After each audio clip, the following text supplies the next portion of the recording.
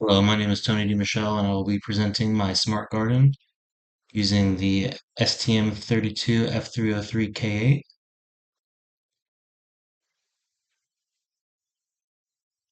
So, a brief description of the project.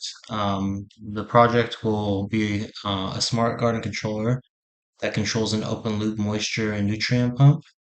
It monitors moisture levels via capacitive I squared C moisture level sensor, and it should send status updates to a wireless receiver via LoRaWAN. The project is made to run off of solar panels and batteries, so it should be completely sustainably self-contained and receive no external power from the grid. The equipment I'll be using, of course, is our STM microcontroller from our class, a small solar panel with rechargeable batteries, a small DC pump, the moisture sensor itself, LoRaWAN transceivers on both the board side and the computer side. So here we see a block diagram of the design. So the nutrient pump, the LoRa transceiver, and the moisture sensor should be sustainably powered via the solar panel and battery. Status updates on the moisture levels will be sent via LoRa wirelessly to a receiving PC. The moisture sensor should pump water onto the plant when the capacitive reading gets too low, and the capacitance of the moisture level sensor is proportional to the material properties in the contact area of the surrounding medium. In this case, wet dirt can hold more charge than dry dirt, and as such the capacitance of the dirt will rise proportionally to how wet it is. The nutrient and water pump is a DC submersible pump that is kept in the feed water at all times. When the water content of the soil drops low enough, the pump will actuate for 3 seconds, dumping the nutrient-rich water onto the plant, keeping it fed. Every 5 minutes, a new moisture level will be read, and the pump will continue to actuate every 5 minutes in 3-second bursts until the moisture level is met. The lower land transceivers communicate over the air in the radio frequency range of about 900 to 990 megahertz. They're very low bandwidth connections, sending data in the tens to hundreds of kilohertz range, comparable in speed to, say, an I squared C bus. They are extremely long range and very low power, though, and are able to transmit upwards of 5 kilometers over the air. The Rylar 998 module specifies that during transmission, the module uses about 140 milliamps of current, which equates to roughly 462 milliwatts, and during receiving, the amperage drops to about 17.5 milliamps, or 57.8 milliwatts. While in idle, which will be greater than 99% of the time for our smart garden, the module uses only 10 microamps, or a mere 33 microwatts of power. If we combine this with the low power modes and the STM board, an extremely small solar panel and battery could power this project indefinitely. So I was unable to complete every part of the project that I just listed, so I'm going to go over what I've gotten accomplished in the time so far in this class. So I was able to write, but was not able to test LoRaWAN C libraries to send data packets or receive control packets. I kept ordering the wrong parts for my LoRa modules. First, I bought a 498 megahertz transceiver and one 998 megahertz transceiver, and these are not compatible because they are not in the same transmission band. Then I bought a USB dongle transceiver that uses a different protocol than the AT commands. So the dongle I bought was expecting raw UART, but instead my Rylar module was sending AT commands over the air. So these were also unable to communicate with one another. But I will go over some of the C code that I wrote and the commands just for informational purposes. What I was able to accomplish completely was the solenoid pump actuation circuit and design, the moisture sensor reading code and testing, and then UART transmission for reading back information collected by the sensor. Here's a circuit diagram of the current work. So the moisture sensor is connected to the Nucleo STM board via I squared C.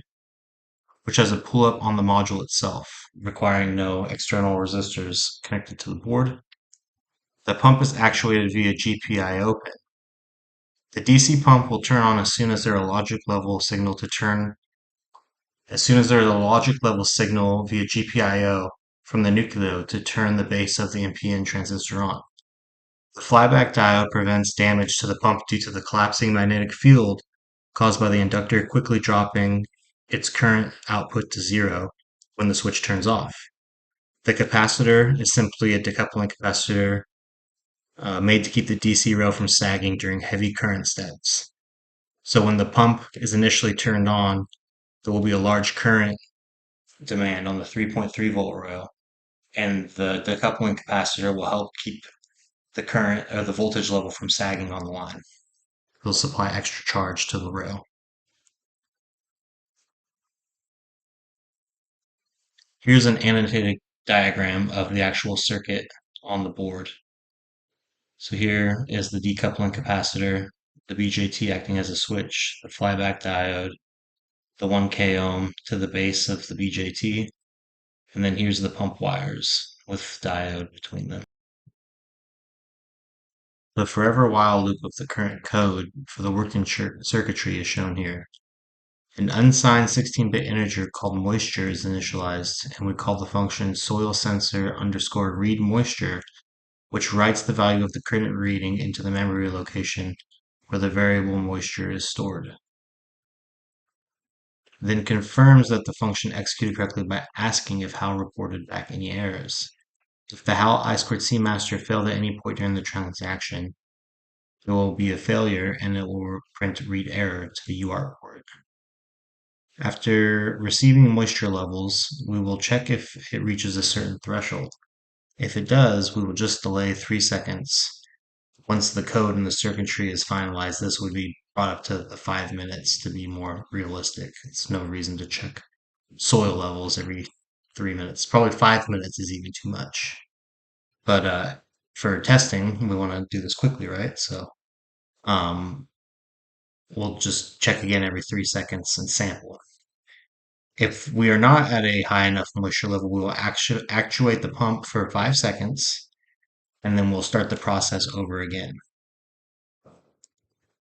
In the final design, we would need to add code to constantly send out error packets overload to the CPU in case of a UART reading or a I2C reading a failure.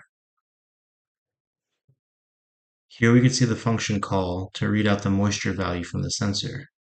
First, we write to the base address and point to the capacitance level sensor register location by passing the register locations in the command variable. We are sending and receiving 2 bytes and will wait 100 milliseconds before we time out the transaction. After we receive the bytes back, in the second step, we will concatenate the 2 received bytes into moisture and store it at the memory location of the moisture variable. Next, I will show you a demo of the current working circuitry.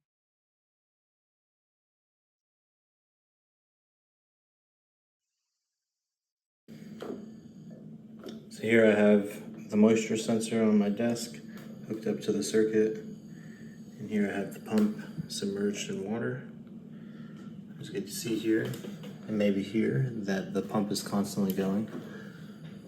And we're printing out that the moisture level is below our threshold of 3,500. And then we'll get an actuating pump. So now I'll put my finger on the sensor and this will raise the capacitance above the level.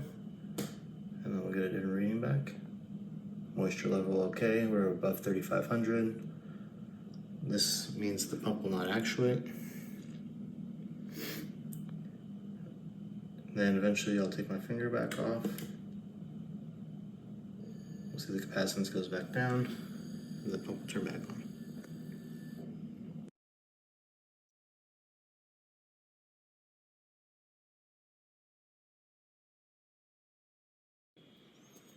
I didn't think it was very easy to see the pump was actually actuating, so here's another small video where I made it more obvious.